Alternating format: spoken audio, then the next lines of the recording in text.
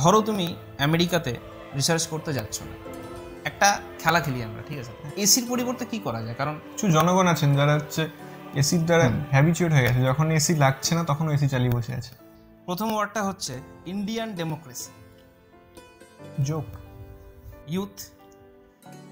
Unemployed. তুমি আমেরিকাতে যে যাচ্ছ সেই স্বপ্নটা কীভাবে অ্যাচিভ করলে, প্রসেসটা কী ছিল? এখনকার দিনে বাচ্চারা কী করে, পড়াশোনাতে কোনো এক্সপিরিয়েন্স নেই, জাস্ট ওই স্যার বললো এটা মুখস্থ করতে হয়, মুখস্থ করে চলে গেল। এখন ইউথের প্রথমেই কি গভর্নমেন্ট চাকরির জন্য প্রিপারেশন নেওয়া উচিত, নাকি প্রথমে যে একটা এখন টেন্ডেন্সি হয়েছে, তুমি বললে যেটা যে নোট মুখস্থ করে নাম্বার পেয়ে যাবো, র্যাগিং হয়েছিল? ফিলোসফি নিয়ে কিন্তু খুব ভালো রিসার্চ হচ্ছে বাইরে, তো তারাও চাইলে একই পদ্ধতিতে অ্যাপ্লাই করতে পারে। হ্যালো বন্ধুরা, আমি শিশির আর তোমাদের সবাইকে স্বাগত শিশির ফিলোসফিতে। সৌর্যদ্বীপ আলিপুরদুয়ারের মতো ছোট্ট একটা টাউন থেকে ইউনাইটেড স্টেটস অফ আমেরিকাতে জন হপকিন্স ইউনিভার্সিটিতে পিএইচডি করতে যাচ্ছে। কিভাবে যাচ্ছে? ওয়েস্টার্ন কালচার কোহিনূর হীরা তো আমাদের থেকে নিয়ে গেছে, সাথে সৌর্যদ্বীপের মতো উজ্জ্বল নক্ষত্রকেও নিয়ে যাচ্ছে। তাহলে কি আমাদের ইন্ডিয়ান এডুকেশন সিস্টেমের কোনো যথার্থতা নেই? আর সাথে অনেক ইনসাইট এই পডকাস্টে রয়েছে, তো পুরো পডকাস্ট দেখার জন্য অনুরোধ রইল। কেমন আছো? চলছে, ভালো আছি। কি ফিল হচ্ছে এখন? আর কি ফিল হবে? রিল্যাক্স ফিল হচ্ছে, রিল্যাক্সড ফিল হচ্ছে। এই যে এত লোক ডাকছে ইন্টারভিউ নেওয়ার জন্য, পডকাস্ট করার জন্য, আর ফ্যামিলির থেকে তো ফোন এসেই যাচ্ছে, তো সেটা কিরকম ফিলিংস? একটা সেটা যেমন ভালো লাগছে, সেটা একটা কি বলবো, একটু বিরক্তিকর ফিলিংস। অবশ্যই বিরক্তিকর ফিলিংস। আচ্ছা, মানে এতটা হঠাৎ করে প্রচারের আলোয় চলে আসা। আমি খুবই ছাপোষা টাইপের মানুষ আর কি, মানে নিজের ঘরে বা নিজেকে নিয়ে থাকতেই পছন্দ করতাম, সেখানে এত লোকের এত আলোয় চলে আসা, কিছুটা বিরক্তিকর ফিলিংস আর কিছুটা ভালো লাগছে, দুটোই মিক্সড ফিলিংস বলবো। আচ্ছা আচ্ছা, তাহলে তোমার একটা জিনিস জানতে ইচ্ছা করছে যে তোমার চাইল্ডহুড কেমন ছিল, তোমার ছোটবেলার জীবনটা কেমন ছিল? ছোটবেলার জীবন আমি বলবো একজন সাধারণ মধ্যবিত্ত ফ্যামিলিতে বড় হয়ে ওঠা যেরকম একটা শিশু, সেরকমই ছিল। তবে ছোটোবেলা থেকে আমার বাবা মা সবসময় চেষ্টা করেছে যে আমার কোনো যাতে অভাব অনুভব না হয়, যখন যেটা চেয়েছি সেরকম সাধ্যমতো চেষ্টা করেছে, এবং পড়াশোনায় যাতে কখনো ক্ষতি না হয় সেটা সাধ্যের বাইরে গিয়েও হয়তো কিছুটা চেষ্টা করেছে। আর পড়াশোনা নিয়েই বেশিরভাগ সময় থাকতাম, তবে তার পাশেও খেলার খোঁজ খবর রাখতে পছন্দ করতাম, যেমন ক্রিকেট খেলা আমি এখনও দেখি, আর ইউরোপিয়ান ফুটবল দেখতে খুব পছন্দ করি, এবং লিওনেল মেসির খেলা দেখতে পছন্দ করি, সেটা সেই ছোটো থেকেই সেটা পছন্দ, এবং সেটা এখনও রয়ে গেছে আর কি। এবং খেলাধুলো বলতে বাইরে কিছুদিন খেলাধুলো করেছি, এই 7, 8, 9 অব্দি ক্রিকেট খেলতাম মাঠে বন্ধুদের সাথে। আর পড়াশোনা নিয়েই বেশিরভাগ থেকেছি, এবং সায়েন্সের প্রতি একটা ভালোবাসা ছিল ছোটো থেকেই। কোন সাবজেক্টটা বেশি ভালো লাগতো? ছোটো থেকে বলবো না, মানে যখন বিজ্ঞানকে বুঝতে শুরু করি সেটা 7, 8 বলতে পারবো। আর এবং 9, 10-এ যাওয়ার পর ফিজিক্যাল সায়েন্সে একটা ভালোবাসা জন্মায়। তারপর যখন স্ট্রিম ভাগ হয়ে যায় 11, 12 এসে, যে ফিজিক্স কেমিস্ট্রির প্রতি একটা আলাদা টান অনুভব করি, এবং তারপর ওখান থেকেই কেমিস্ট্রি নিয়ে এগোনোর যে ভাবনা চিন্তা বা এতদূর যে এগিয়েছি, সেটা সেই ইচ্ছে থেকেই আর কি, বা কেমিস্ট্রির প্রতি ভালো লাগা থেকেই। কোনো রোল মডেল ছিল যে একে দেখে এগিয়েছে, এরকম একজন নাম করা, যেরকম এস.সি. বর্মা স্যার, উনি খুব ভালো টেক্সট বুক লেখেন, এরকম টাইপের কোনো রোল মডেল ছিল? সেরকম রোল মডেল ছিল না, তবে আমার ছোটোবেলায় আমার যে স্টিফেন হকিংসের জীবন আমাকে ইন্সপায়ার্ড করেছে, যে তার যে স্ট্রাগল এবং এত বড় একটা রোগ নিয়েও যে বিজ্ঞান নিয়ে কাজ করা যায়, সেটা আমাকে ইন্সপায়ার করেছে। আর নীল ডিগ্রেস টাইসন প্রফেসর, তার প্রোগ্রাম দেখতাম আমি ন্যাশনাল জিওগ্রাফিতে, সেটাও আমাকে বিজ্ঞানের প্রতি ঝোঁকটা বাড়িয়েছে। আচ্ছা, ভালো, খুব ভালো লাগলো। এবার তোমার যে এডুকেশন সায়েন্সের প্রতি ছিল, তাই না? মানে সায়েন্সের প্রতি ঝোঁকটা বেশি ছিল, তো আর্টসের প্রতি কোনো রকমের ভালোবাসা ছিল না? আর্টসের প্রতি ভালোবাসা ছিল না বলবো না, তবে আর্টসে মানে পুঁথিগত বিদ্যা আমার ভালো লাগেনি কখনো, মুখস্থ বিদ্যা যেটা হয়ে আসে। তবে আমার ইতিহাস পড়তে খুব ভালো লাগে, ইতিহাস জানতে। তো অনেকের ইতিহাস ভালো লাগে, তোমাদের ইতিহাস ভালো লাগতো? তোমাদের ইতিহাস ভালো লাগে না, তাই না? তো ইতিহাসটা অনেকের ভালো লাগে না কেন? ইতিহাস বলে মুখস্থ করতে হয় বলে, হ্যাঁ মুখস্থ করতে হয়, সেটা বলছি যে মুখস্থ করে নাম্বার পাবো সেই জিনিসের আর্টসে আমার ভালো লাগতো, তবে ইতিহাস পড়তে আমার খুব ভালো লাগে এবং জিওগ্রাফি পড়তে আমার ভালো লাগতো। জিওগ্রাফি পড়তে এবং মাধ্যমিক পর্যন্ত আমি খুব মন দিয়ে জিওগ্রাফিটা পড়েছি। একসময় ভেবেছিলাম যে উচ্চ মাধ্যমিকে বায়োলজির বদলে জিওগ্রাফি পড়বো, তো আচ্ছা, সেটা পড়া হয়নি পরবর্তীকালে। তো এটা ভালোই হলো না, নাহলে আজকে হয়তো আমেরিকাটা দেখা হতো না, জিওগ্রাফিটা নিয়ে নিলে হয়তো হয়তো সেটাও হতো না, সে হয়তো হতো, তবে ভেবেছিলাম যে কেমিস্ট্রি নিয়ে পড়ার ইচ্ছে ছিল, তবে আমি ভেবেছিলাম ফোর্থ সাবজেক্টটা জিওগ্রাফি পড়বো, একসময় ভেবেছিলাম। আচ্ছা, কেমিস্ট্রি কোটা ফ্যাক্টরি দেখেছো নিশ্চয়ই? ওটা ফ্যাক্টরি দেখা হয়নি। দেখা হয়নি না? কোটা ফ্যাক্টরিতে একটা ব্যাপার ছিল, কেমিস্ট্রি সবাই বলে মেয়েদের সাবজেক্ট। একটা কেমিস্ট্রি ইকুয়েশন, মানে কেমিস্ট্রি ইকুয়েশনে কোনো মা বাবা নেই, মানে চেঞ্জ হয়, স্থান পরিবর্তন হতে থাকে, মানে কোনো মানে মুড সুইংস হয় আর কি। এক্স্যাক্টলি। তো এই ব্যাপারটা তুমি কিভাবে দেখো? কেমিস্ট্রি ইকুয়েশনের সাবজেক্ট নয়, আমি বলবো যে ব্যতিক্রমের সাবজেক্ট। ব্যতিক্রম, আচ্ছা, যে এক্সেপশনাল, ইয়েস, এক্সেপশনাল সাবজেক্ট। হ্যাঁ, মুড সুইং এর ব্যাপারটা ঠিকই, মেয়েদের যে মুড সুইং, এটাও মুড সুইং অবশ্যই। যে কেমিস্ট্রি প্রথমে একটা কথা বলে দিল, তারপর বলবে না ওটাই ভুল, অন্যটা ঠিক। তো মুড সুইং কেমিস্ট্রি করে, অবশ্যই করে। তুমি বাংলা মিডিয়ামে ছাত্র, তো তুমি বাংলা মিডিয়াম আর ইংলিশ মিডিয়ামকে কিভাবে দেখো?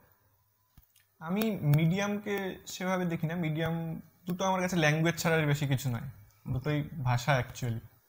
তো ইংলিশ মিডিয়ামে যারা পড়ে তারা ইংরেজিতে পড়তে হয়তো স্বাচ্ছন্দ্য বোধ করে, বাংলা মিডিয়ামে যারা পড়ে তারা হয়তো বাংলায় পড়তে স্বাচ্ছন্দ্য বোধ করে।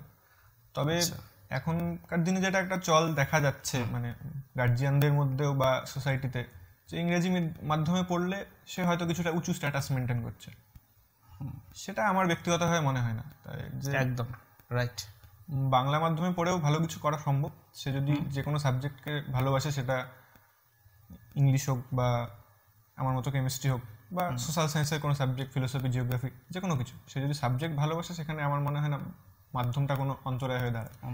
কারণ এখনও জার্মান ভাষাতেই রিসার্চ পাবলিকেশন লেখে, সেখানে ল্যাঙ্গুয়েজ কখনো বাধা হয়ে দাঁড়াতে পারে। রাশিয়াতেও মেবি মেডিকেল সায়েন্স পেপার রাশিয়ার, হ্যাঁ রাশিয়াতেও তাই, চাইনিজরা তো অলওয়েজ মেনটেন, চাইনিজ তো ও তো আইসোলেটেড কান্ট্রি ধরতে পারো, কোনো কিছুই বাইরের ইউজ করে না।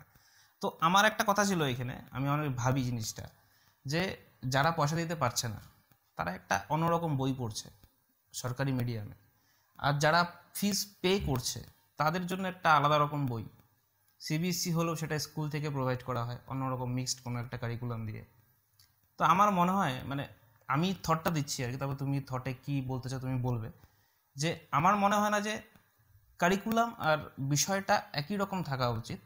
যাদের পয়সা আছে তারা এসি ঘরে বসে সেটা ট্রান্সলেশন করে ইংলিশে করে তুমি পড়ো, কোনো সমস্যা নেই, কন্টেন্টটা যাতে এক হয়। কারণ আমি আজকে পয়সা দিতে পারছি না বলে আমি কন্টেন্ট আলাদা নিচ্ছি বাংলা স্কুল থেকে, আর কেউ পয়সা দিতে পারছে বলে কন্টেন্টটা আলাদা নিচ্ছে। আমার মনে হয় যে শিক্ষাক্ষেত্রে যদি এরকম একটা বৈষম্য চলে আসে, ক্লাসিফিকেশন চলে আসে, তাহলে একটা সমস্যা দেখা দিতে পারে ইন ফিউচার। আর আস্তে আস্তে সরকারি স্কুলের অবস্থা তো কিছু বলতে চাই না, এটা নিয়ে সবাই জানে, মানে সমাজদার কে লিয়ে ইশারাই কাফি হতা है। তুমি এটার উপর তোমার কি টেক? না, সিলেবাসের সম্ভবত এখন সিলেবাস খুব চেঞ্জ হচ্ছে রিসেন্টলি। আমাদের সময় কিছুটা ডিফারেন্স মনে হয় ছিল সিবিএসসি আইসিএসসির সাথে আমাদের যে ওয়েস্ট বেঙ্গল বোর্ডের ডিফারেন্স। তবে 11-12 আমি দুটো বই পড়েছিলাম, যে কিছু পরীক্ষা দেওয়ার জন্য বা রেফারেন্স বুক হিসাবে আমি সিবিএসসির বই পড়েছি। তবে সিলেবাস আমার মনে হয় না যে অ্যাটলিস্ট 11-12 এইচএস লেভেলে, উচ্চ মাধ্যমিকের আর সিবিএসসি সিলেবাস যে খুব বেশি ডিফারেন্স, হয়তো 10%-20% এদিক ওদিক হয়, সেটা আমার মনে হয় না ডিফারেন্স। তবে হ্যাঁ, আমি এটাতে এগ্রি করছি যে কারিকুলামটা একই হলে অবশ্যই ভালো। যে সিলেবাসের কন্টেন্ট সেটা যদি মোরাললেস সিমিলার রাখা যায় তিনটে বোর্ডেই, মেন তিনটে বোর্ডের কথা বলছি, হ্যাঁ মেন তিনটে, সেটা অবশ্যই ভালো দিক। ভালো দিক সবার একটা, গরিব যে অনেকটা বড় মানে পার্সেন্টেজ আমাদের ইন্ডিয়াতে কিন্তু গরিব, যাদের কাছে অনেকটা পয়সা নেই, যারা স্কুল এখন ফিস যেটা নিচ্ছে সেটা কিন্তু এফোর্ড করতে অনেকেই পারবে না, তাদের পক্ষে একটু হয়তো সুবিধা হবে নেক্সট প্রজন্মের ভাই বোনদের জন্য, সেটাই আর কি। আর হ্যাঁ ঠিকই বলেছো, ওটা 11-12 তারপরে যে কলেজে উঠে তো টোটালি সিলেবাস একই হয়ে যায়, ছোটোবেলাতেই একটু আলাদা আলাদা। আমাদের এখানে ইন্ডিয়াতে একটা কনসেপ্ট হচ্ছে কিছু বছর ধরে, কিছু বছর না অনেক বছর ধরে, ব্রেন ড্রেন। তো সেটাকে তুমি কীভাবে দেখো? ব্রেন ড্রেন তো হচ্ছে, এটা তো ধ্রুব সত্য ইন্ডিয়ার ক্ষেত্রে। কারণ আমরা দেখতে পাচ্ছি সুন্দর পিচাই বা সত্য নাদেলা, তারা প্রত্যেকেই ইন্ডিয়ান, তারা গিয়ে কোথায় কাজ করছে, গুগলের সিইও বা মাইক্রোসফটের সিইও। সেখানে ভারত যদি তাদেরকে জায়গা দিত, তাহলে আমার মনে হয় ইন্ডিয়া আর অনেক ভালো জায়গায় থাকতো। এবং সেখানে সোসাইটি বা সোশ্যাল বা পলিটিক্যাল বা কি বলবো যে পরিস্থিতি এরকম ইন্ডিয়াতে, যে ইন্ডিয়ার বেস্ট ব্রেনরা বাইরে যেতে বাধ্য হচ্ছে এক প্রকার। ঠিক।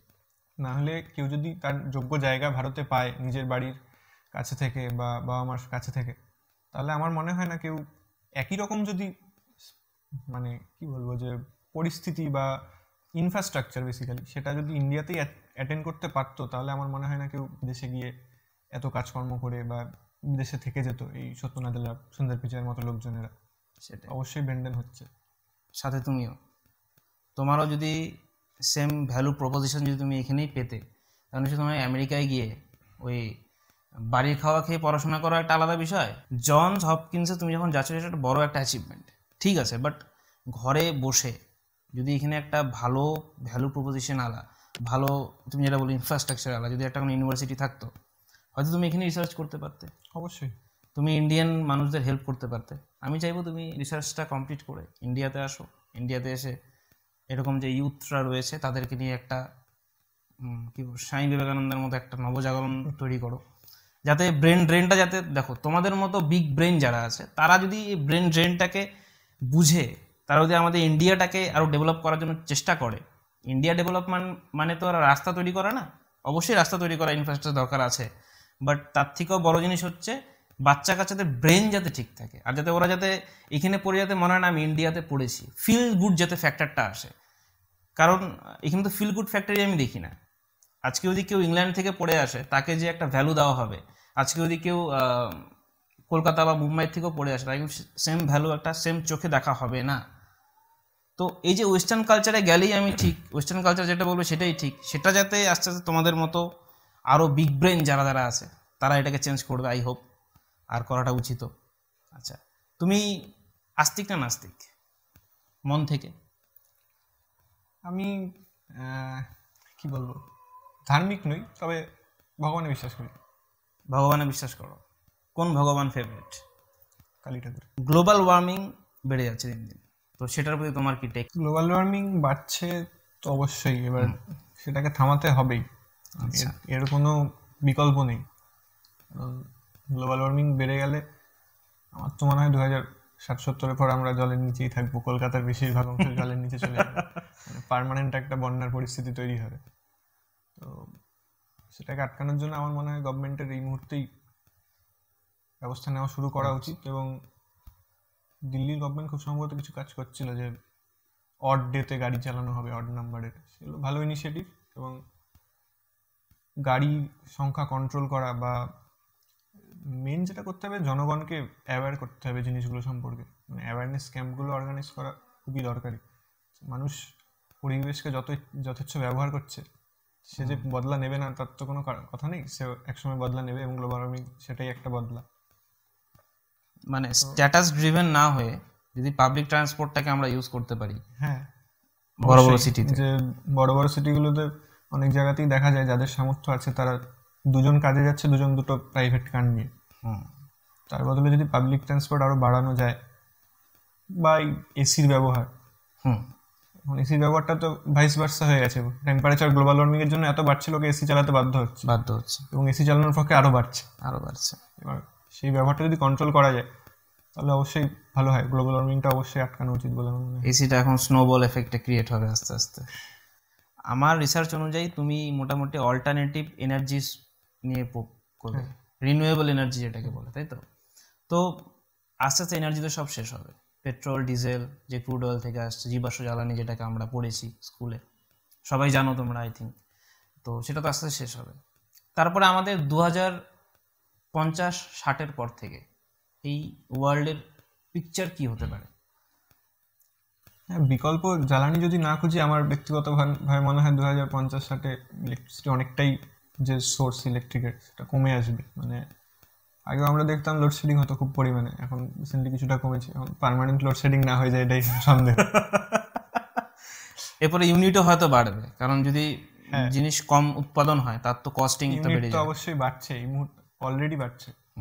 এই যে একটা যেরকম আমি অনেক জায়গাতে শুনি যে ইভি সেক্টর, মানে ইভি লিথিয়াম আয়ন যে মাইনিংটা হয়, তো অনেক ইউটিউবাররা অনেকেই বলে আর কি, কোনো অথেন্টিক সোর্স আমার কাছে নেই, প্রথমেই বলে দিচ্ছি, ইউটিউবারদের মুখে শোনা, ভুলও, হোয়াটসঅ্যাপ ইউনিভার্সিটি এটা, ভুলও হতে পারে, আই ডোন্ট নো, কিন্তু ঠিকও হতে পারে, কারণ লিথিয়াম আয়ন তো মাইনিং করতে হবে, আর মাইনিং করতে তো প্রচুর কার্বন ইমিশন, কি বলে ওটাকে, ইমিশন বলা হয়, কার্বন ইমিশন অনেকটা হচ্ছে। এবার সেটার জন্য তো গ্লোবাল ওয়ার্মিং আরও বেশি এফেক্ট দিচ্ছে। আমার মনে হয়, আমি যা শুনেছিলাম যে একটা পাবলিক ট্রান্সপোর্ট বা একটা পেট্রোল ভেহিকেল বা ডিজেল ভেহিকেল যে ক্ষতি করবে, তার থেকে বেশি ক্ষতি তো ওই তোমার লিথিয়াম আয়ন ব্যাটারি বা লিথিয়াম আয়ন যে মাইনিংটা হচ্ছে সেটাতে বেশি ক্ষতি হবে। তো তাহলে কি ইভি সেক্টরটা কি মানে অ্যাকচুয়ালি কি ভায়াবল, নাকি এটা এনপিএ ঘোষিত হবে? বিকল্প ভাবতে যদি কেউ যে ইভি ব্যবহার করে, যে এনার্জির পরিবর্তে, পেট্রোল বা ডিজেলের পরিবর্তে, তার বদলে গ্লোবাল ওয়ার্মিং হচ্ছে, সে তো অবশ্যই যে কার্বন ডাইঅক্সাইড বেশি পরিমাণে বায়ুমণ্ডলে মিশছে। তবে আমার মনে হয় সেটার অল্টারনেটিভ হিসাবে কার্বন ডাইঅক্সাইডকে ক্যাপচার করে যদি আমরা বিকল্প কিছু করতে পারি, এবং সেই নিয়ে কাজ হচ্ছে, আমিও সেটা নিয়ে ইন্টারেস্টেড, আমি সেখানে আসছি যে বাহ, কার্বন ডাইঅক্সাইডকে আমরা যদি ক্যাপচার করে, আচ্ছা, তাকে অ্যাকচুয়ালি বিজারণ বলে প্রসেসটাকে। বিজারণ, আচ্ছা, বিজারণ প্রসেসটা একটু যদি একটু এলাবোরেট করে তাহলে সবাই ভালো হয়। বিজারণ প্রসেসটা হলো, আমি মনে করি 7-8 যারা ফিজিক্যাল সায়েন্স পড়ছে অলরেডি তারা সেই ব্যাপারটা সম্পর্কে জানে। বিজারণ হলো কোনো বস্তু বা কেমিস্ট্রি ভাষায় বললে কম্পাউন্ড, সে যখন ইলেকট্রন গ্রহণ করছে, অন্য কারো থেকে ইলেকট্রন গ্রহণ করছে, সেটাই হচ্ছে বিজারণ। তো কার্বন ডাইঅক্সাইডকে বিজারণ করে আমরা মিথানল বা এরকম কিছু অ্যালকোহল টাইপের জিনিসে রূপান্তর করতে পারি। কিন্তু তার জন্য অনেক, মানে সেটা আমি সেই সায়েন্সে যাচ্ছি না, রকেট সায়েন্স হয়ে যাবে বাচ্চাদের জন্য। হ্যাঁ, তুমি সিম্পলি বলতে পারো। কোনো বিজারণের মাধ্যমে আমরা তাকে এইরকম মিথানল বা অ্যালকোহল জাতীয় জিনিসে রূপান্তর করতে পারি। তো মিথানলকেও আমরা জ্বালানি হিসাবে কিন্তু ব্যবহার করতে পারি। আচ্ছা, স্পিরিট ল্যাম্প হয় অনেক জায়গায়। আচ্ছা, তো সেই প্রসেসটা যদি আমরা ভাবতে পারি যে কার্বন ডাইঅক্সাইডকে আমরা ক্যাপচার করে রাখবো, তারপর তাকে বিজারণের মাধ্যমে, তার জন্য ক্যাটালিস্ট দরকার হয় অবশ্যই, এবং তাহলে মিথানল তৈরি করে যদি তাকেও জ্বালানি হিসেবে ব্যবহার করতে পারি, তাহলে কিন্তু এই প্রসেসটা একটু ভালো দিকে যায় বলে আমার মনে হচ্ছে। একদম কারেক্ট। এটা নিয়ে মানে এখন কাজ হচ্ছে নাকি? আর তুমি ওটা নিয়েই করতে যাচ্ছ? এখানে কাজ হচ্ছে এটা নিয়ে, তবে রিসার্চের দিক থেকে অনেক কম দিনই হচ্ছে, তা আমি খুব সম্ভবত 10-15 বছর নিয়ে কাজ হচ্ছে। মানে এটা কি ইকোনমিক্যালি ভায়াবল না, ওই জন্যই কি নাকি? ইকোনমিক্যালি ভায়াবল এই মুহূর্তে নয়, কারণ এই মুহূর্তে ইকোনমিক্যালিও ভায়াবল নয়, আর সিলেক্টিভও নয় যে আমি শুধু মিথানলই পাবো, সেটা পরিমাণটা খুব কম হয়ে যাচ্ছে, আমাকে তো বেশি পরিমাণে তৈরি করতে হবে। আচ্ছা, তার জন্যই এখনো রিসার্চ চলছে যে কি করে সেটাকে ইকোনমিক্যালি আরো বেশি ভায়াবল করা যায়, আরো কম খরচে এই রিয়াকশনটা চালানো যায়, এবং আরো বেশি করে যাতে মিথানলটা উৎপাদন করা যায়। মিথানল হোক বা যে কোনো অ্যালকোহল হোক, যে কোনো ভ্যালু অ্যাডেড প্রোডাক্ট যেটাকে বলে, যে একটা খারাপ জিনিস থেকে আমি ভালো জিনিস তৈরি করছি, ভালো জিনিসটাকে তো আমার ম্যাক্সিমাইজ করতে হবে। তো সেই ম্যাক্সিমাইজ করার জন্য রিসার্চ হচ্ছে এখনো। তো আশা করি আরো 10-15 বছর পর সেই রিসার্চটা আরো বেশি। ততদিনে তো আমাদের প্রকৃতি মাতার যে কি অবস্থা হবে ভগবানই জানে। আচ্ছা, হাইড্রোজেন যে পাওয়ার, হাইড্রোজেনকে অ্যাজ এ শক্তি আমরা ইউজ করতে পারি? হাইড্রোজেনকে শক্তি হিসাবে ইউজ করার চেষ্টা হচ্ছে, ফুয়েল সেল বলে জিনিস হয়, তবে হাইড্রোজেন তো খুব কম পরিমাণে পাওয়া যায়, এবং আচ্ছা, সেটা কস্টলিও বলে আমার মনে হয়। এখনো পর্যন্ত সেটা ভায়াবল বিকল্প কি হতে পারে আমার সন্দেহ আছে। ইন্ডিয়ার মধ্যে ইভি সেক্টরকে তুমি কিভাবে দেখো? গ্রিন এনার্জি সেক্টর যেটা ইন্ডিয়ার মধ্যে তো ইভি সেক্টর দেখতে পাচ্ছি, রাস্তা ধারে মোটামুটি বাড়ছে। আচ্ছা, এই সবুজ নেম প্লেট লাগানো ভেহিকেল দেখতে পাচ্ছি রাস্তার ধারে। এদিকে কম দেখলেও কলকাতার দিকে খুবই বেশি দেখা যাচ্ছে এখন। হ্যাঁ, আর বাস গুলো দেখতে পাচ্ছি যে ইভি করে দিয়েছে অনেকটাই, তো বাড়ছে, এটা ভালো দিক। তবে তার জন্য তো ইভি করার জন্য তাকে ব্যাটারিতে চার্জ করতে হচ্ছে, তার জন্য তো ইলেকট্রিক চলে যাচ্ছে অনেকটাই। ওই যে এসির ব্যাপারটা হয়ে যাচ্ছে। তার মধ্যে হচ্ছে এখন কিছুদিন পর একটা বয়লিং ফ্রগ এফেক্টটা দেবে, আস্তে আস্তে গরম হবে, ফ্রগ ভাববে না ঠিক আছে, অল ইজ ওয়েল। 3 Idiots বই দেখলেই হবে, অল ইজ ওয়েল, সব ঠিক আছে, যতদিন না সিকিমের মতো অবস্থা হচ্ছে, কেদারনাথের মতো অবস্থা হচ্ছে। ওটাই হয় না যে দিল্লিতে কোনো মেয়ের রেপ হলো, আমরা টিভিতে দেখছি পপকর্ন খেতে খেতে অথবা চা খেতে খেতে, পাশের বাড়ির না হওয়া পর্যন্ত অথবা নিজের ফ্যামিলির না হওয়া পর্যন্ত হয়তো চোখটা খোলে না। নিজের চোখের সামনে যেদিন দেখবো যে আজকে একটা গ্লোবাল ওয়ার্মিংয়ের বা একটা গ্যাসের জন্য একটা ছেলে হার্ট অ্যাটাক করে মরে গেল সামনাসামনি, সেদিন হয়তো আমাদের চোখটা খুলবে, হয়তো সেদিন বাইকটা আমি চালাবো না। সেখানে আমিও অনেকটা দোষী। আমার মতো যারা বাইক চালায় অথবা যারা এসি ইউজ করে, সবাই প্রত্যেকের নিজের কন্ট্রিবিউশন আছে। তো সেটাকে আস্তে আস্তে করতে হবে। কিন্তু এসির পরিবর্তে কি করা যায়? কারণ এসি তো অ্যাকচুয়ালি এখন তো নেসেসিটি হয়ে গেছে কলকাতার দিকে। আমাদের এখানে তো ওই যে এসি আমরা কতদিন চালাবো? আলিপুরদুয়ারে তো মানে এসি না চালালেও হয়, নর্থ বেঙ্গলের সাইডটাতে। কিন্তু কলকাতা সাইডে তো এসি নেসেসিটি হয়েছে, সেটা কি করা যেতে পারে? সেটা করা যেতে পারে আমার মনে হয় যে কিছু জনগণ আছেন যারা হচ্ছে এসির দ্বারা হ্যাবিচুয়েট হয়ে গেছে, যখন এসি লাগছে না তখন এসি চালিয়ে বসে আছে। তো এবার আমার মনে হয় যে গভর্নমেন্ট যদি অল্টারনেটিভ কিছু ভাবে, গভর্নমেন্টকেই ভাবতে হবে সেটা, জনগণকে এখনো তো বুঝিয়ে হচ্ছে না। সেটাই। এবার তাহলে যে এসির প্লাগ পয়েন্টগুলো আছে, যখন দিনে কিছু কিছু সময় চলবে, কিছু সময় চলবে না, মানে রেগুলেটেড বাই গভর্নমেন্ট। এটা অ্যাকচুয়ালি করা উচিত, কারণ প্রকৃতি যদি ধ্বংস হয়ে যায় তাহলে আমরা থাকবোটা কিসে? সোফাটা পুড়ে গেলে আমরা থাকবো কিসে? তো মেন তো প্রকৃতিকে পোড়াচ্ছি আমরা অল্প অল্প করে। তো এসি তাহলে আমি চালাবো না। এবার চালাতেও পারি যদি গরম বেশি পড়ে, কারণ মে মাসে যা খেলা দেখালো, জুনে আই ডোন্ট নো কী হবে। তো চেষ্টা করবে যাতে আমি এখানে এসে ঘুমাই, যাতে এসি না চালাতে হয় উপরে গিয়ে। যতটা পারি নিজেদের চেষ্টা করব, গাছ লাগানোর চেষ্টা করা উচিত সবারই। আমি ভাবছি এই সাইডটাতে যে কৃষ্ণচূড়ার কয়েকটা গাছ লাগাবো। আমি এটা ইমোশনালি ভাবছি। এবার তুমি মানুষটা কেমন? তুমি ইমোশনাল না লজিক্যাল? মোড অফ কোন দিকে তোমার পার্সোনালিটি? মাঝামাঝি বলবো, মাঝামাঝি। মানে ইমোশনালও ভাবো, লজিক্যালও ভাবো? লজিক্যালি বেশি ভাবি বলতে গেলে। লজিক্যালি বেশি ভাবো, আচ্ছা।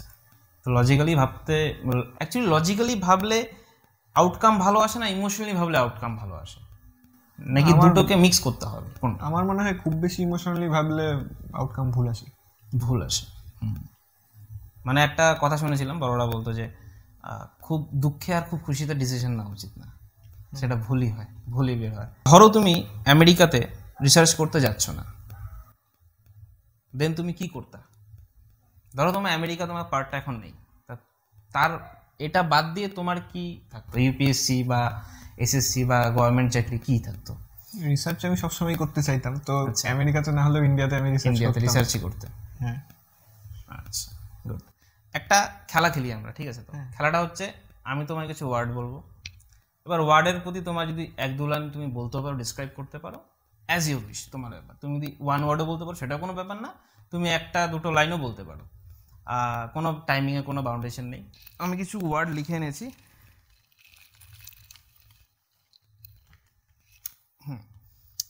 প্রথম ওয়ার্ডটা হচ্ছে ইন্ডিয়ান ডেমোক্রেসি।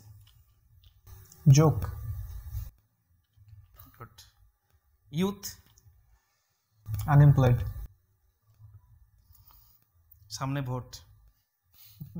ইউপিএসসি। কি বলবো, অনেকের জন্য স্বপ্নের চাকরি, কঠিন চাকরি, রাস্তাটা কঠিন, অ্যাচিভ করা কঠিন, যারা অ্যাচিভ করতে পারে তাদের জন্য নমস্কার। পলিটিক্স। শিক্ষিত লোকের আরো বেশি করে আসা উচিত, যারা দেশের জন্য সেবা করতে চায়, নিজের সেবা না করে। একদম, শিক্ষিত লোক যদি যায়, আচ্ছা, তো বাইরে ঢিল পড়বে।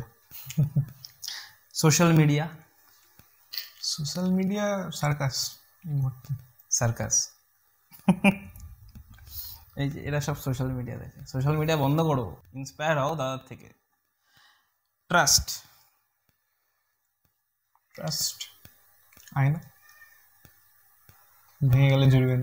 লাইট বলতে আলো আর কি, পথ দেখাবে। Fast food. ভালোবাসি খেতে ভালোবাসো, তাহলে প্রমোট করছো, খাওয়া উচিত, কি বলতে চাও এটা? ফাস্ট ফুডের বিষয়ে তোমার কি টেক? এক্সেসিভ খাওয়া উচিত নয়, তবে যতক্ষণ মানে স্বাদে ভালো লাগছে সেরকম খাওয়া উচিত। আমি খেতে পছন্দ করি। তুমি খেতে পছন্দ করো? কি খাও ফাস্ট ফুড, কি পছন্দ? ইটালিয়ান খেতে ভালোবাসি। Italian, pizza, pasta. ভালো। ম্যারেজ তো করিনি এখনো, যারা করেছে তারা বলতে পারবে। তো তুমি তো তাকে দেখছো, তাদেরকে তো বাইরে থেকে একরকম মনে হয়, ভেতর থেকে একরকম মনে হয়, অনেকের অনেক রকম এক্সপিরিয়েন্স। মানে দিল্লি কা লাড্ডু। স্কুল ভালোবাসার জায়গা, অনেক ভালো মুহূর্ত আছে, ভালো এক্সপিরিয়েন্স আছে। তো এবার আমরা পডকাস্টের অনেকটা শেষে চলে এসেছি। তো প্রথমত তো আমি জানতে চাইবো যে তুমি আমেরিকাতে যে যাচ্ছ সেই স্বপ্নটা কীভাবে অ্যাচিভ করলে, প্রসেসটা কী ছিল, যাতে ভাই বোনরা যারা আর্টস নিয়ে পড়ছে পড়ুক, সেটা না কেন হয়তো শুধু সায়েন্স নিয়ে যাওয়া যায় সেটা তো কোনো কথা নেই, হয়তো আর্টসেরও এমন কোনো সাবজেক্ট তো নিশ্চয়ই থাকবে যেটা নিয়ে ওরা বাইরেও পড়াশোনা করতে যেতে পারে। তো ওরা কীভাবে সেটা অ্যাপ্রোচ করবে, আর ওদের লাইফে, বাচ্চাদের লাইফে পড়াশোনাটাকে কীভাবে একটা ফান ওয়েতে যাতে এক্সপিরিয়েন্স নিতে পারে পড়াশোনা নিয়ে। কারণ এখনকার দিনে বাচ্চারা কী করে, পড়াশোনাতে কোনো এক্সপিরিয়েন্স নেই, জাস্ট ওই স্যার বললো এটা মুখস্থ করতে হয়, মুখস্থ করে চলে গেল, না করলে নেই, কোনো মানে গায়ে লাগানো কোনো বিষয় নেই। খালি ফোনটা আছে, তাও তো আমাদের সময় ফোনও সেরকমভাবে ছিল না, ফোনটা আছে বাস, অতটুকুই শেষ। পড়াশোনাটাকে এক্সপিরিয়েন্স কীভাবে তৈরি করবে যাতে মজা লাগে একটা, কারণ এক্সপিরিয়েন্স হলে জিনিস আমাদের ভালো মনে থাকে। আর এটা তোমার কোশ্চেন, ফার্স্ট কোশ্চেন। আর সেকেন্ড কোশ্চেন হচ্ছে, তো তোমাকে বললামই যে তুমি কীভাবে অ্যাচিভ করেছো সেটাকে একটু বলো আর খুব ভালোভাবে গাইড করে দাও। তো প্রথমেই আসি যে বাচ্চাদের পড়াশোনার বিষয়টা। তো আমি বলবো যে এমন কেউ বাচ্চা নেই যার কোনো একটা সাবজেক্ট ভালো লাগে না। একদম, সেটা বাংলা হতে পারে, ফিলোসফি হতে পারে, কেমিস্ট্রি হতে পারে, ফিজিক্স হতে পারে, ম্যাথ হতে পারে, প্রত্যেকের কোনো না কোনো সাবজেক্ট আমার মনে হয় ভালো লাগে। সেটা সে যখন পড়ছে তার ভালো লাগতে বাধ্য। এবার সে যখন সেটা পড়ছে, তা আমার মনে হয় টেক্সট বইয়ের বাইরে গিয়েও যে আগ্রহ কাজ করে, সেটা আমার মনে হয় যে কোনো শিক্ষককে সবসময় জিজ্ঞেস করা উচিত তার, যে সে যার কাছে পড়ছে। এবার শিক্ষককে জিজ্ঞেস করলে তার আগ্রহ আরও বাড়বে এবং যত অ্যান্সার পাবে আমার মনে হয় সে আরও সেই টেক্সটের ভেতর ঢুকতে পারবে। এবং এই যে একটা এখন টেন্ডেন্সি হয়েছে, তুমি বললে যেটা, যে নোট মুখস্থ করে নাম্বার পেয়ে যাবো। নোট মুখস্থ করে নাম্বার পাওয়া যায়, কোনো অসুবিধা নেই তাদের, তবে সাবজেক্টের ভেতরে ঢোকা যায় না। সেটাই, কমন তো দিয়ে দেয় অনেক টিচার। তার জন্য সাবজেক্টকে ভালোবাসতে হবে এবং প্রত্যেকেই কোনো না কোনো সাবজেক্টে সচেতন অবচেতন মনে ভালোবাসে, সেটা সে পড়তে চায় এবং সেই নিয়ে যদি সে এগোয় আমার মনে হয় সাকসেস আসতে বাধ্য। এবং সেই হিসাবে আমার মনে হয় পড়া উচিত এবং পড়াশোনার পেছনে একটু সময় দেওয়া উচিত। অনেকেই দেখছি যে সোশ্যাল মিডিয়াকে সার্কাস বললাম, এই সার্কাসের একদম অনেক বড় পার্ট। সার্কাসের আসলে এই সোশ্যাল মিডিয়ার মালিকরা হচ্ছে সার্কাসের মালিক, আর আমরা ওখানে ক্লাউন। এই ক্লাউন হওয়াটা বন্ধ করতে হবে। সোশ্যাল ডিলেমা দেখেছিলা নেটফ্লিক্সের যে ডকুমেন্টারিটা? না, দেখা ওটা দেখা হয়নি না, যা তুমি ওই কথাটাই বললা, ঠিকই আছে। তারপরে গো অ্যাহেড। তো এটাকে আমার মনে হয় বন্ধ করতে হবে, এটা একটা অনেক নেগেটিভ এফেক্ট। তার ভালো দিক আছে, ভালো দিকগুলো কাজে লাগিয়ে সেটাকে একটু লিমিটেড করা উচিত এবং পড়াশোনাটাকে ভালোবেসে এগোনো উচিত। আর্টসের কথা তুমি বললে, আর্টসেরও অনেক সাবজেক্ট আছে জানি, অনেক রিসার্চ করা যায়। তুমি সম্ভবত ফিলোসফি পড়া আমাকে বলছিলে, ফিলোসফি নিয়ে অনেক ভালো রিসার্চ করা যায় আমার মনে হয়, ভালো সাবজেক্ট, ইন্টারেস্টিং সাবজেক্ট। এবং জিওগ্রাফি নিয়ে অনেক ভালো রিসার্চ করা যায় আর্টসের থেকে। ইকোনমিক্সে খুব ভালো জায়গা আছে এবং সায়েন্সে তো আমি নিজে যাচ্ছি এবং সায়েন্স ইঞ্জিনিয়ারিং তো সবাই জানে যে এখানে রিসার্চ করা যায়, সাবজেক্ট নিয়ে ভালো পড়া যায়। আরেকটা যেটা কথা বলবো, যে গতানুগতিক চিন্তাধারার বাইরে যে আরও লাইন আছে, যে মেডিকেল ইঞ্জিনিয়ারিংই পড়তে হবে, সায়েন্স নিতে হবে, সেটার বাইরেও যদি কেউ বিকল্প ভাবে যে আমার সাবজেক্টটা ভালো লাগছে, আমি এই সাবজেক্টটা নিয়ে এগোনোর চেষ্টা করি, তাহলে আমার মনে হয় সেটা করা উচিত। এবং বাড়ির যে গার্জিয়ান আছে তাদেরও সেই লিবার্টিটা স্টুডেন্টদের দেওয়া উচিত, যে তার যেটা পছন্দ সেই সাবজেক্ট নিয়ে সে যাতে এগিয়ে যেতে পারে। এবার দ্বিতীয় কোশ্চেনটা আসছে যে আমার ট্র্যাক রেকর্ড আর কি, যে কী করে করলে, আর এটা হচ্ছে মেন, যে যার জন্য বসে আছে সবাই শুনবে, কীভাবে গেল দাদা বলো। এবার প্রথম থেকেই শুরু করি, একদম প্রাইমারি লেভেল থেকে। একদম প্রথম থেকে শুরু করতাম। প্রাইমারি স্কুল আমি আমার বাড়ির পাশে স্কুলে পড়েছি, জিতপুর হাই স্কুলে, বাংলা মিডিয়ামের প্রাইমারি স্কুল। তারপর তো প্রাইমারি স্কুলে পড়েছি, ছোট ছিলাম তখন, অত কিছু বলছি না সেরকম ডিটেলসে, সবাই প্রাইমারি স্কুলে পড়ে। এবার হাই স্কুলে পড়লাম, হাই স্কুলে সেখানেই পড়লাম, জিতপুর হাই স্কুল, আমার বাড়ির পাশের স্কুল, বাড়ির সামনে একটা মাঠ, তার পাশে স্কুল। বাড়ি থেকে কোনোদিন বাইরে যাইনি স্কুলে পড়ার জন্য, অ্যাটলিস্ট মানে বাড়ি থেকে বেরিয়ে স্কুল, বাড়ি থেকে বেরিয়ে একটা মাঠ পেরোলে স্কুল। তো সেখানে পড়তে শুরু করলাম। কিছু বিজ্ঞানের শিক্ষক, আমি একজনের নাম বলবো, অনেকেই চেনে, একদম প্লিজ, স্যার কৌশিক সরকার, স্কুলের স্যার। তিনি অনেকটাই ফিজিক্যাল সায়েন্স প্রথমে পড়াতেন, তারপর 11-12 কেমিস্ট্রিও পড়িয়েছেন। তার জন্য কেমিস্ট্রি নিয়ে এগোনোর অনেকটা ইচ্ছে জেগেছে যে স্যারের অনুপ্রেরণায়। আরেকজনের নাম বলবো, যে আমি আমার গৃহশিক্ষক ছিলেন, আচ্ছা, তার নাম হচ্ছে সৈকত দেব ভৌমিক। তিনি আমাকে সব থেকে ভালো কথা যেটা, যে উনি আমাকে বিজ্ঞান মনস্ক হতে সাহায্য করেছেন। আচ্ছা, তিনিও কেমিস্ট্রি পড়াতেন বাড়িতে, ফিজিক্যাল সায়েন্সও পড়িয়েছেন 9-10। আচ্ছা। তো এদের দুজনের কাছে আমি অনেকটাই কৃতজ্ঞ যে আমি বিজ্ঞান নিয়ে এবং কেমিস্ট্রি ভালোবেসে এগোতে পেরেছি। তারপর উচ্চ মাধ্যমিক দিলাম। উচ্চ মাধ্যমিকে তো যাই হোক, রেজাল্ট করেছিলাম কিছু একটা, ভালোই করেছিলাম। রেজাল্টটাও বলে দাও। 92% পেয়েছিলাম। গ্রেট। ওটা হাততালি দাও সবাই মিলে। 92%, গ্রেট অ্যাচিভমেন্ট। তো 2018 সাল উচ্চ মাধ্যমিক আমার। তারপর তো এই ফর্ম ফিল আপ করতে শুরু করলাম বিভিন্ন কলেজে। প্রথম যেটা সুযোগ পেলাম সেটা হচ্ছে ফিজিক্স নিয়ে প্রেসিডেন্সি ইউনিভার্সিটিতে। প্রেসিডেন্সিতে এন্ট্রান্স দিয়েছিল? এন্ট্রান্স দিয়েছিল। সেকেন্ড সুযোগ পেলাম হচ্ছে ওই কৃষি নিয়ে, কেউ লোকে পড়ে সম্ভবত, এগ্রিকালচার নিয়ে, সেটা হচ্ছে বিধানচন্দ্র কৃষি বিশ্ববিদ্যালয় কল্যাণীতে যেটা আছে। আচ্ছা, সেখানে সুযোগ পেলাম। শেষ গিয়ে সুযোগ পেলাম যাদবপুরের ট্র্যাকটা একটু পরে চলে আর কি, ওরা একটু লেটে চলে সবসময়। আচ্ছা। আমরা যারা যাদবপুরে পড়েছি তারা বলি যাদবপুর স্ট্যান্ডার্ড টাইম। আচ্ছা। যাদবপুরে কোনো টাইম মানে সেটা হচ্ছে 30 মিনিট 45 মিনিট পরে বোঝায় কোনো টাইমের থেকে। তো ওরা সবসময় একটু লেটে চলে। আচ্ছা। তো যাদবপুর বিশ্ববিদ্যালয়ে সুযোগ পেলাম সম্ভবত জুলাই 2018, 31শে জুলাই নাগাদ, কেমিস্ট্রিতে। তো তারপরে আর পেছন দিকে তাকালাম না, যাদবপুর পেয়েছি, যাদবপুরে চলে গেছি। র্যাগিং হয়েছিল? না, র্যাগিং হয়নি। র্যাগিং হয়নি না। টাইম থাকতো তাহলে স্বপ্নদ্বীপের কথাটা উঠাতাম। সো সেটা একটা ব্যাপার। হোস্টেলে কোনোদিন ছিলাম না, তাই জন্য হোস্টেলে ছিলই না। না, ওই জন্য হয়তো তুমি এটা ফেস করো, জিনিসটা ফেস করিনি। স্বপ্নদ্বীপ কাণ্ড খুবই খুবই দুর্ভাগ্যজনক, মানে একটা জঘন্য একটা কাণ্ড, খুবই জঘন্য কাণ্ড। মানে মানে একটা বিগ ব্রেন চলে গেল আমাদের এখান থেকে। কতটা কিছু হতো। তবে সায়েন্সে আমরা সেরকম খুব একটা ফেস করিনি। ইঞ্জিনিয়ারিং এর ব্যাপার আমি জানি না, আমার সেরকম আইডিয়া নেই।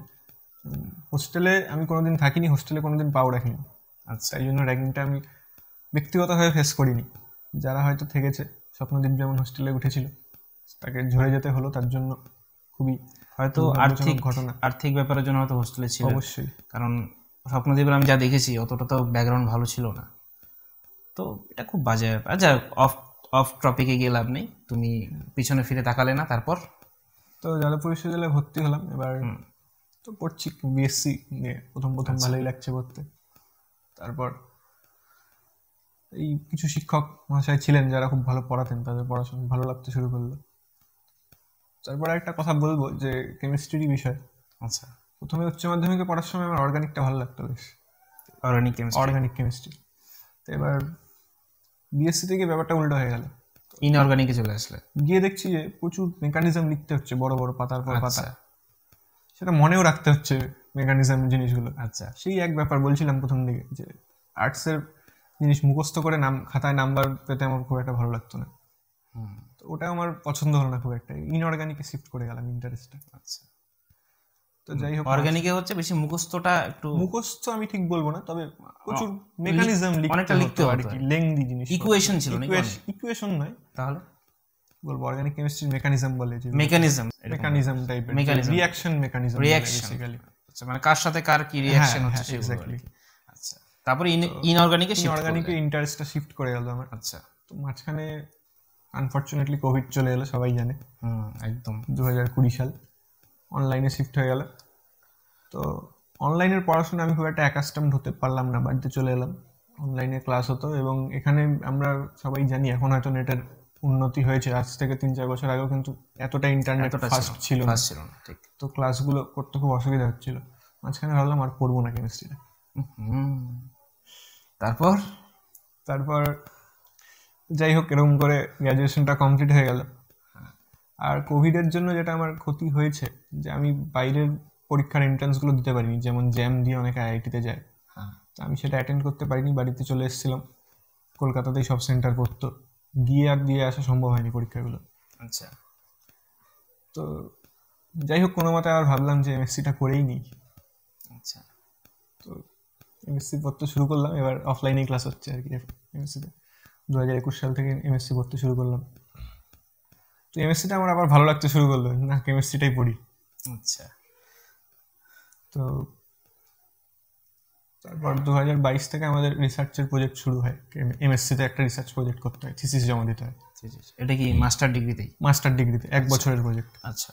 যেহেতু আমার স্পেশালাইজেশন ইনঅর্গানিক ঘেঁষা ছিল, তাই জন্য 1 বছরের প্রজেক্ট ছিল। তো সেখানে একজন প্রফেসরের আন্ডারে আমাদের কাজ করতে হচ্ছিল, তার রিসার্চ গ্রুপে। তার নামটাও বলছি আমি, ডাক্তার সমঞ্জয় ভুইয়া। আচ্ছা। তো তার গ্রুপে কাজ করতে করতে আমার রিসার্চের যে ফিল্ডগুলো সেটা ভালো লাগতে শুরু করে, রিসার্চের কাজটা ভালো লাগতে শুরু করে। আগেই ভাবতাম যে রিসার্চ করব, তবে এবার প্র্যাকটিক্যাল এক্সপিরিয়েন্সটা পেতে শুরু করি রিসার্চে। তারপর এর মধ্যেও যাদবপুরে অনেক সিনিয়রকে দেখেছি যারা পিএইচডি করতে বাইরে যাচ্ছে, বিদেশে বিভিন্ন জায়গায়, ইউরোপ, ইউএসএ, অস্ট্রেলিয়া, এরকম জায়গায় যাচ্ছে। টিচাররাও অনেক বেশি ইন্সপায়ার করেছেন যে বাইরে গিয়ে পিএইচডি করো। তো তখন থেকেই একটা ভাবনা চিন্তা শুরু হয় যে বিদেশে গিয়ে যদি পিএইচডিটা করতে পারি। তারপর তো এমএসসি কমপ্লিট হলো 2023 সালে, জুন মাস নাগাদ আমার পরীক্ষা শেষ হলো। একজন শিক্ষক বললেন যে তুমি আর একটা ইন্টার্নশিপ করো রিসার্চের। আচ্ছা। তো সামনেই একটা ইনস্টিটিউট আছে, যেটা Indian Association for the Cultivation of Science, ISCS বলে সংক্ষেপে। আচ্ছা। কেউ জানে কিনা জানি না, তবে এই ল্যাবে কাজ করে সিবি রমন নোবেল পেয়েছিলেন এই ইনস্টিটিউট থেকে। তো সেখানে একজন প্রফেসরের সাথে কাজ করা শুরু করি। তিনি মেনলি এই রিনিউয়েবল এনার্জি নিয়ে কাজটা করতেন, যে কার্বন ডাইঅক্সাইডকে কনভার্ট করে যদি ভালো কিছু করতে পারি আমরা। আচ্ছা, যেটা তুমি একটু আগে বললে। যেটা আমি একটু আগে বললাম, সেখানে কার্বন ডাইঅক্সাইড ছাড়াও অনেক কিছু নিয়ে কাজ হয়, কার্বন মনোক্সাইড হোক বা সালফার হোক। মেন উদ্দেশ্যটা থাকে যে সেটাকে কনভার্ট করে আমরা ভালো কিছু তৈরি করব, যেটা আমাদের জনগণের কাজে লাগবে বেসিক্যালি। তো সেখানে কাজ করতে শুরু করি এই জুলাই মাস থেকে, 2023 সালে। তো তারপর আগস্ট মাস নাগাদ আমি TOEFL পরীক্ষা দিই। TOEFL হচ্ছে ইংরেজির পরীক্ষা। যেহেতু আমি ইউএসএতে অ্যাপ্লাই করেছি, তাই জন্য আমাকে, আর আমার মাতৃভাষা অবশ্যই ইংরেজি নয়, তাই জন্য আমাকে প্রমাণ করার জন্য যে আমি ইংরেজিতে কতটা পারদর্শী, তার জন্য ইংরেজিতে TOEFL পরীক্ষা দিতে হয়। যদি ব্রিটিশরা যখন এসেছিল তখন এরকম একটা পরীক্ষা থাকতো আমাদের ইন্ডিয়াতে, পরীক্ষা দিয়ে আক্রমণ করতে হবে বা বিজনেস করতে হবে। খুব ভালো। তাহলে হয়তো আজকে আমরা ফুটবল খেলতাম বা ফুটবল খেলা দেখতাম বেশি, মানে ক্রিকেটে বেশি ইনক্লাইন্ড থাকতাম না। আচ্ছা, TOEFL দিলে তারপর? TOEFL দিলাম, TOEFL এর রেজাল্ট আসলো, 120-তে 103 পেলাম। ওয়াও, তো গ্রেট মার্কস। 90-র ওপর পেলে আর কি ভালো। তো আমি 100 ক্রস করেছিলাম, তার জন্য অনেক বেশি ইউনিভার্সিটিতে অ্যাপ্লাই করার সুযোগ পেলাম। 100 না পেলে অনেক ইউনিভার্সিটিতে অ্যাপ্লাই করা যায় না। আচ্ছা। তো এবার তো TOEFL এর রেজাল্ট পাওয়ার পর সেপ্টেম্বর অক্টোবর মাস নাগাদ থেকে আমি অ্যাপ্লাই করতে শুরু করি ইউএসএর ইউনিভার্সিটিগুলোতে। তো সেখানে সেন্ট্রালি ফর্ম ভরে অ্যাপ্লাই করতে হয় অনলাইনেই। এবার তার কিছু ক্রাইটেরিয়া আছে, যে ওই TOEFL স্কোরটা একটা দেখে। আর যেটা মেন আমার মনে হয়েছে আমার নিজের ব্যক্তিগত ইন্টারেস্ট, মানে এক্সপিরিয়েন্স থেকে, যে আমার যে রিসার্চ ইন্টারেস্ট, সেটা সেই ইউনিভার্সিটির প্রফেসরের যে প্রোফাইল, তারা যেটা কাজ করছে তার সাথে যদি ম্যাচ হয়, তাহলে সেখানে সুযোগ পাওয়ার সম্ভাবনা অনেকটাই বেড়ে যায়। আচ্ছা। যেমন আমি যে 4টে ইউনিভার্সিটি থেকে অফার পেয়েছি, সেখানে আমার রিসার্চ ইন্টারেস্ট ভালোভাবে ম্যাচ করছিল। যে আমি যেখানে কাজ করতে চাইছি সেখানে অনেক প্রফেসর আছেন যারা সেখানে অলরেডি কাজ করেন সেই ফিল্ডে। আচ্ছা। যে ইনঅর্গানিক কেমিস্ট্রি নিয়ে হয়তো কাজ করছে বা বায়ো ইনঅর্গানিক নিয়ে কাজ করছে। তো সেরকম ইউনিভার্সিটি দেখে আমি প্রফেসরদের মেল করতে শুরু করি যে আপনার সাথে এরকম আমি অ্যাপ্লাই করবো, আপনি কি ইন্টারেস্টেড, আপনি কি স্টুডেন্ট নেবেন? তো যারা জানায় যে আমি স্টুডেন্ট নেব, সেখানে আমি সেই ইউনিভার্সিটিগুলো অ্যাপ্লাই করতে শুরু করি। আচ্ছা। তো প্রফেসর স্টুডেন্ট নেবে বলে দিলেই হবে না, কারণ ওদের রিভিউ প্রসেসটা হচ্ছে সেন্ট্রালাইজড প্রসেস, প্রফেসরের সেখানে কোনো হাত নেই। ওদের একটা অ্যাডমিশন কমিটি আছে, তারা সকলে মিলে ঠিক করে যে এই স্টুডেন্টটাকে আমরা এবার নেব। আচ্ছা। তো তার মধ্যে অ্যাপ্লাই করতে কয়েকটা জিনিস লাগে, আমি এক এক করে বলছি। 1 নাম্বার হচ্ছে TOEFL স্কোর। ওকে। 2 নাম্বার হচ্ছে ট্রান্সক্রিপ্ট, একাডেমিক ট্রান্সক্রিপ্ট, যেটা ইউনিভার্সিটির অফিসিয়াল ডকুমেন্ট, যে আমি এই মার্কস পেয়েছি, এই আমার প্রোফাইল, সেটা ইউনিভার্সিটি অফিসিয়াল ট্রান্সক্রিপ্ট ওখানে আপলোড করতে হয় পিডিএফ করে। আচ্ছা। আর তৃতীয়ত হচ্ছে স্টেটমেন্ট অফ পারপাস, একটা SOP বলে যেটাকে সংক্ষেপে। সেখানে সেটা ওই 1-1.5 পেজের এসে টাইপ। সেখানে লিখতে হয় যে কেন আমি পিএইচডি করতে চাইছি, কেন ওই ইউনিভার্সিটিতে অ্যাপ্লাই করছি, এর আগে অবধি রিসার্চের কী কাজ করেছি, কোন জায়গা থেকে পড়াশোনা করেছি, আর পিএইচডি করার পর কি করতে চাই। আচ্ছা। আর কোন ফিল্ডে পিএইচডি করতে চাইছি, ওই আর হচ্ছে ওইখানের যে প্রফেসর আছে তাদের 3-4 জনের নাম লিখতে হয় যে এদের সাথে আমি কাজ করতে ইন্টারেস্টেড। আচ্ছা, এটা একটা গেল। আর আরেকটা জিনিস হলো লেটার অফ রেকমেন্ডেশন, যে সেটা নিতে হয় প্রফেসরদের কাছ থেকে। আমি যে দুজনের সাথে কাজ করেছি তাদের থেকে দুজনের থেকে নিয়েছিলাম, আরেকজন আমার যাদবপুর ইউনিভার্সিটির একজন প্রফেসর, তার থেকেও নিয়েছিলাম।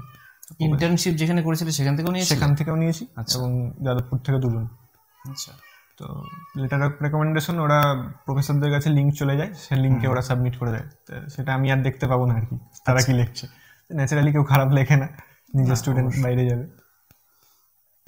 তো এই হলো ব্যাপার, এইগুলো দিয়ে অ্যাপ্লাই করতে শুরু করি। এবার ডিসেম্বর মাসের সম্ভবত 31 ডিসেম্বর তখন প্রথম অফারটা পাই ইউনিভার্সিটি অফ রচেস্টার থেকে।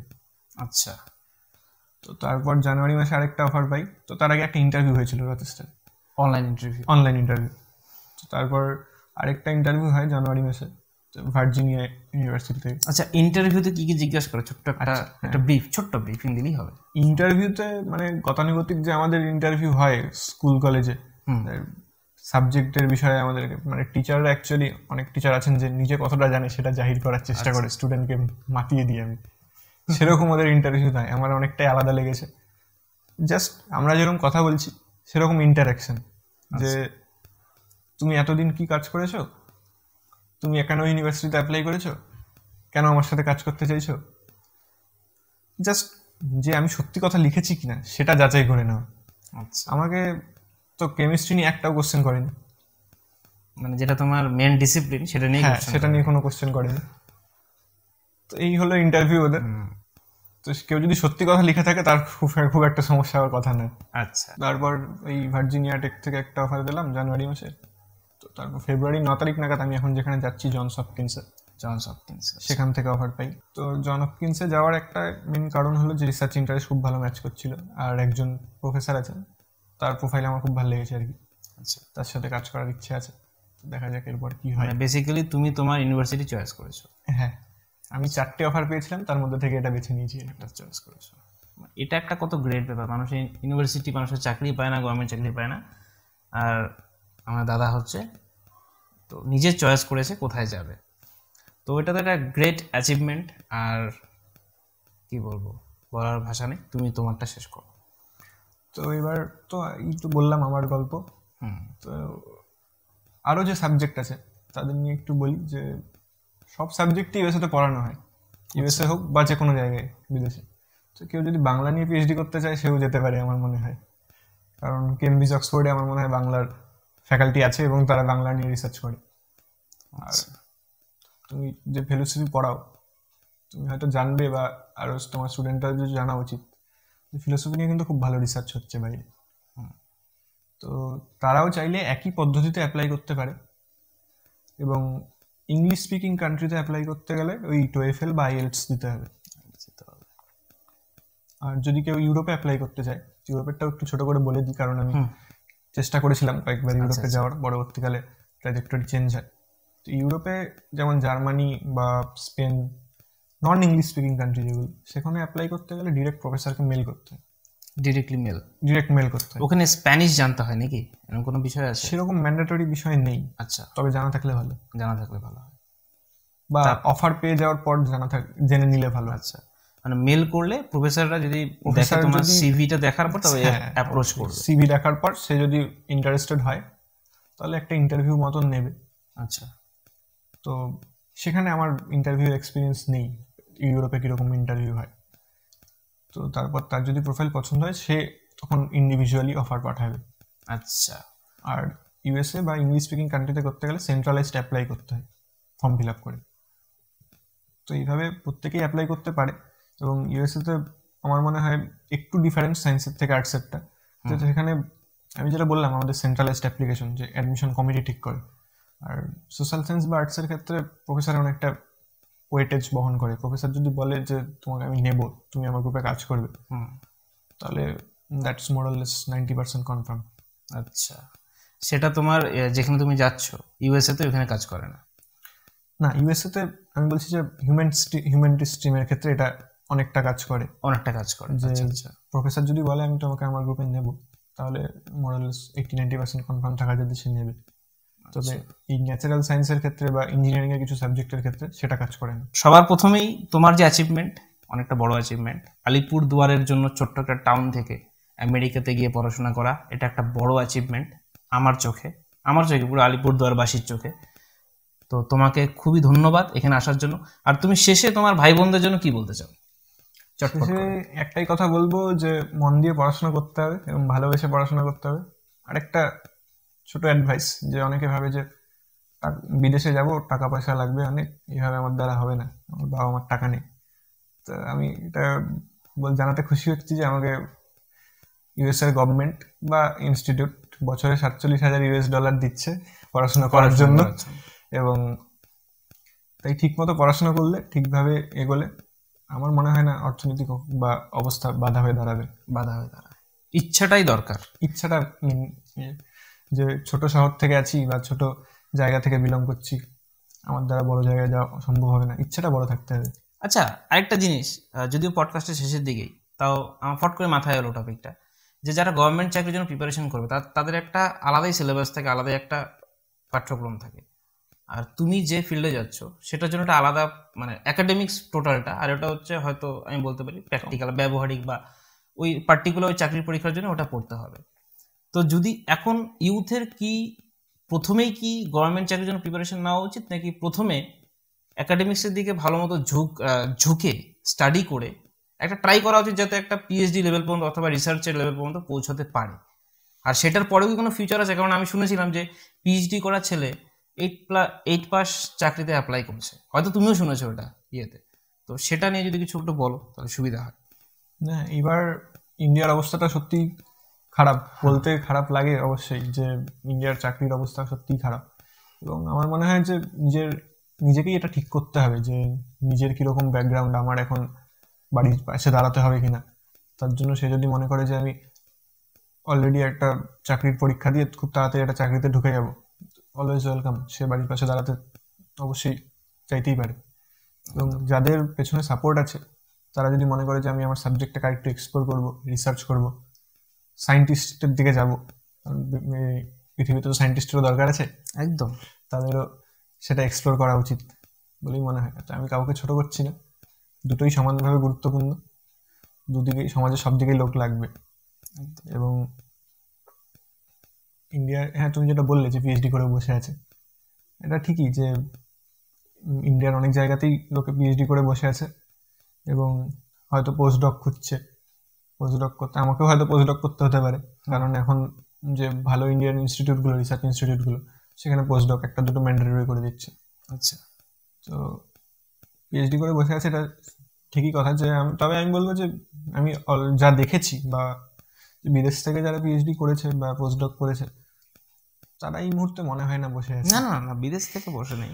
তবে আর সত্যি কথা বলতে ইন্ডিয়াতেও যারা পোস্টডক করেছে বা পিএইচডি, তারা সবাই তো বসে নেই। হ্যাঁ, আমি একটা যদিও এক্সেপশন কোনোদিনও এক্সাম্পল হতে পারে না, তাও আমি বললাম যে পিএইচডি করেও কিন্তু লোকে 8 পাসে অ্যাপ্লাই করেছে, আমি শুনেছি। হ্যাঁ, ইয়েতে তবে পিএইচডি করে লোকে যেটা গতানুগতিক ভাবে যে আমি এই প্রফেসরই হব, পিএইচডি করেও কিন্তু লোকে ইন্ডাস্ট্রিতে ঢুকতে পারে, রিসার্চ অ্যান্ড ডেভেলপমেন্ট সেক্টরে।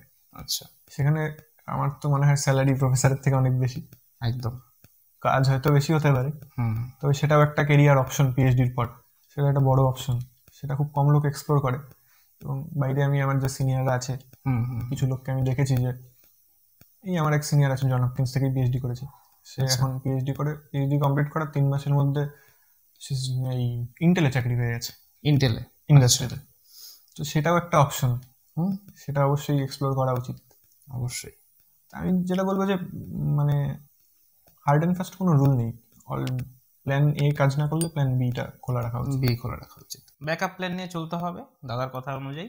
আর মেন কথা হচ্ছে, যদি মনে হয় যে টাকাটা তোমার কাছে বেশি প্রায়োরিটি, যে আমার ফ্যামিলির পাশে দাঁড়াতে হবে, তো আই থিঙ্ক গভর্নমেন্ট জবের জন্য একটু প্রিপারেশন নেওয়াটা উচিত। পাশাপাশি একাডেমিক্সটাকে একদম না ছেড়ে দেওয়াটাই ভালো, কারণ গভর্নমেন্ট চাকরির জন্য 3-4 ঘন্টা দাও দিনে, কিন্তু বাকি টাইমটা যদি কোনো অনার্স নিয়ে অথবা তারপরে মাস্টার্স, এখন তো আই থিঙ্ক ডিস্টেন্স থেকে করলেও হয়তো সেম ভ্যালু। কোনো সমস্যা হয় না। বাইরের দেশ তো আর দেখবে না তুমি ডিস্টেন্সে করেছো না কি করেছো, তোমার স্কিলটা হয়তো দেখবে। আর তুমি যেগুলো বলে রেকমেন্ডেশন লেটার লাস্ট পর্যন্ত যে 3-4টে ক্রাইটেরিয়া বলে, সেগুলো কিন্তু মাথায় রাখতে হবে। আর দাদার সাথে পরেও একটা পডকাস্ট করব, এটা আমেরিকাতে থেকে তার কি অভিজ্ঞতা, প্লাস সেখানকার যে অ্যাটমসফিয়ারকে কেমন, আর যদি আমাদের ইন্ডিয়া থেকেও যেতে চায় সেখানে কি কি অপরচুনিটিস রয়েছে, শুধু পড়াশোনার ক্ষেত্রেও না, অন্য অন্য বিভিন্ন রকম ক্ষেত্রে। আই থিঙ্ক পরে করা যাবে। হ্যাঁ, আচ্ছা, ভালো। আর অনেকটা থ্যাংক ইউ তোমাকে আসার জন্য। এনজয় করেছো তো? হ্যাঁ, মোটামুটি ভালো লাগলো তো কথা ভালো বলে? লেগেছে। যদিও টপিকগুলো একটু ভেবে রেখেছিলাম, তাও কিন্তু এত কিছু ভেবে রেখিনি যে এত কিছু বলবো বা এত কিছু শুনবো। আর এতক্ষণ অবধি যদি কেউ দেখে থাকো তাহলে বলবো যে অ্যাটেনশন স্প্যানটা অনেকটাই, পড়াশোনায় মন দাও, চাকরি হবে। চাকরি হোক না হোক, দাদার সাথে আমেরিকা থেকেও দেখা হবে।